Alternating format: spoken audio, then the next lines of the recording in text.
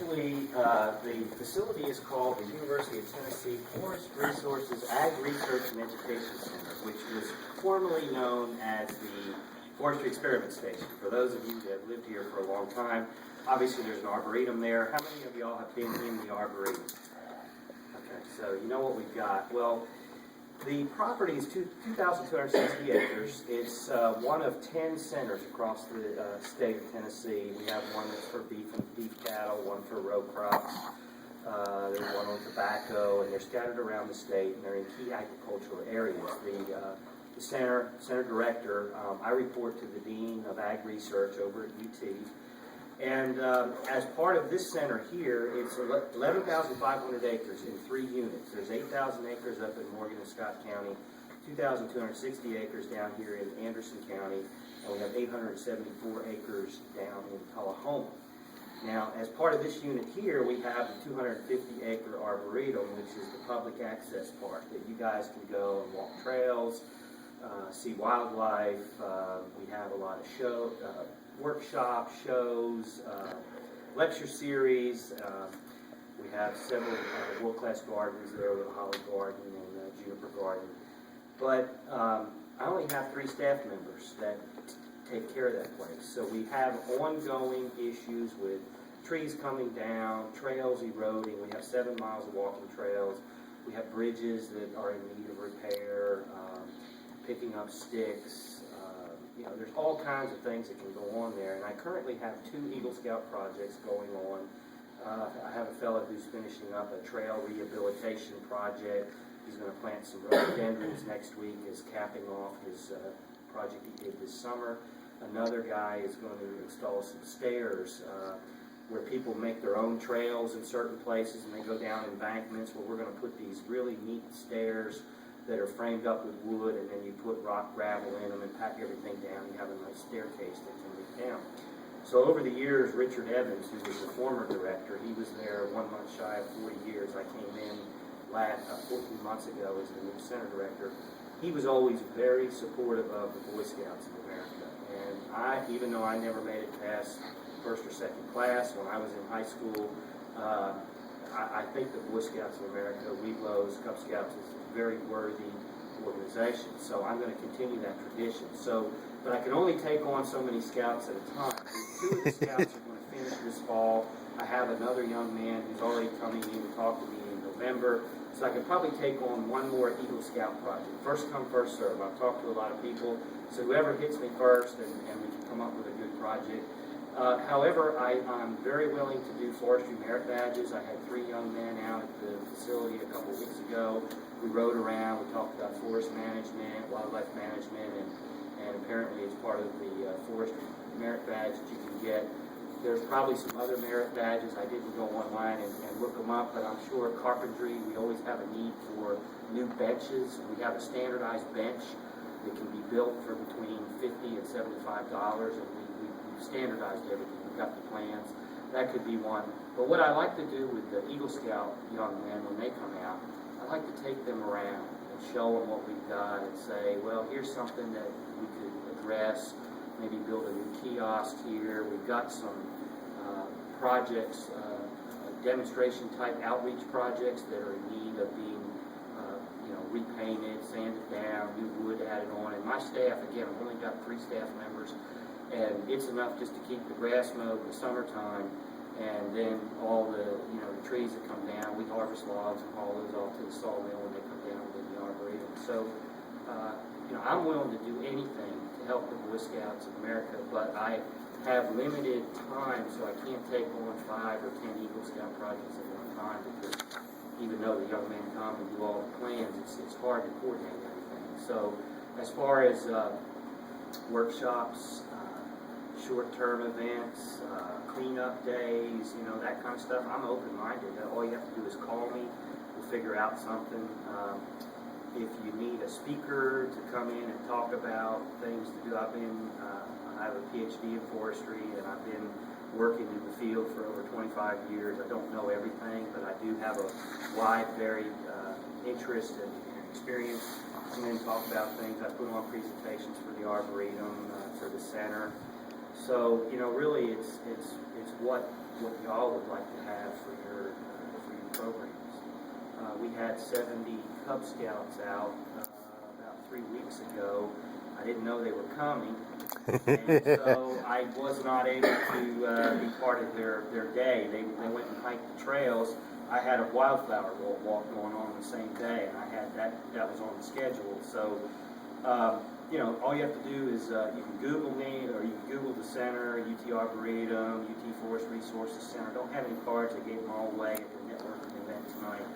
My email address is khoyt@utk.edu.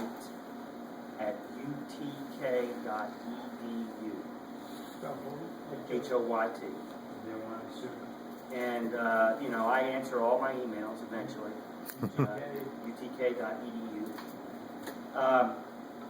There's a lot of opportunity out there. I know the Scouts like to be out in the outdoors. We don't have any overnight events. I've been asked about that, and I'm not saying that we would never do that, but there's some risk associated with that. We're not really a park, and so I would have to get special clearance for that, and right now, with everything I've got on the front burner, I don't really want to take that on right now, but guided hikes or programs, and then our other programs. If you go online, we have programs on butterflies and insects. We're having an owl prowl on October the 27th. It starts at 6:30. It'll be on Saturday night.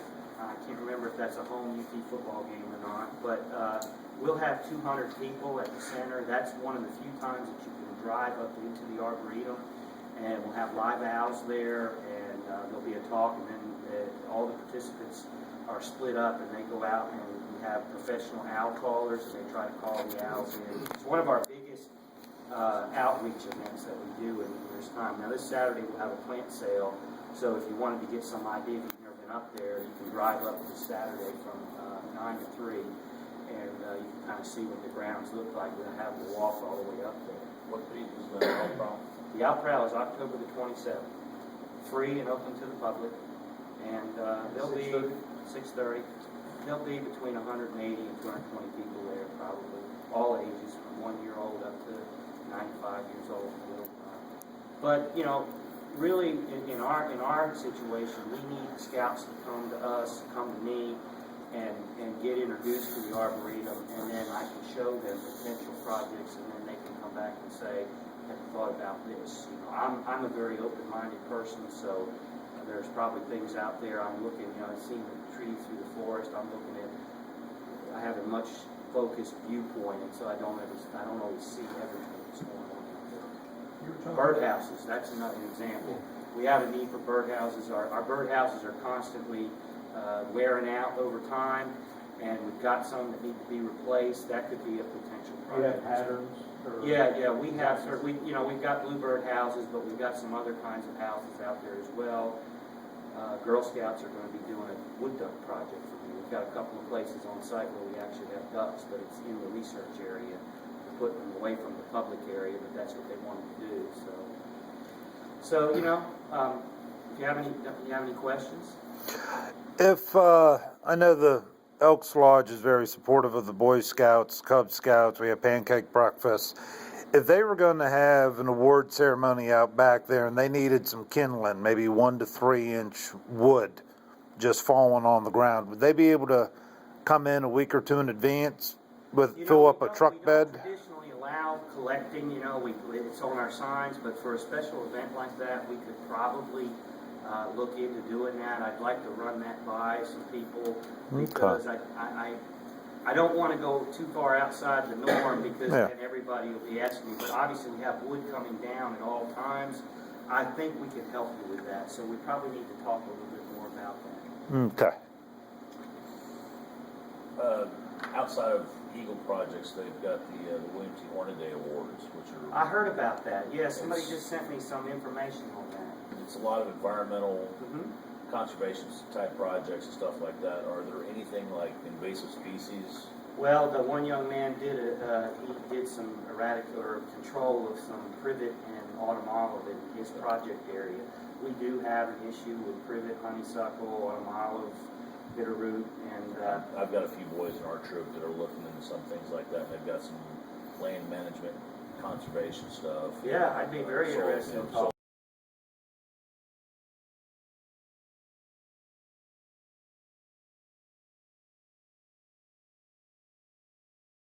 In line with what David was asking, but again, fourth graders, going out, what would be some projects?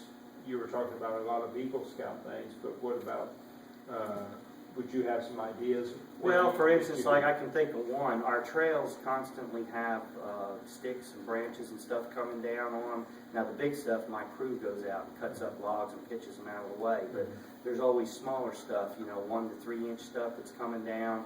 You don't really want that on the trails. It presents a slip, trip, and fall hazard.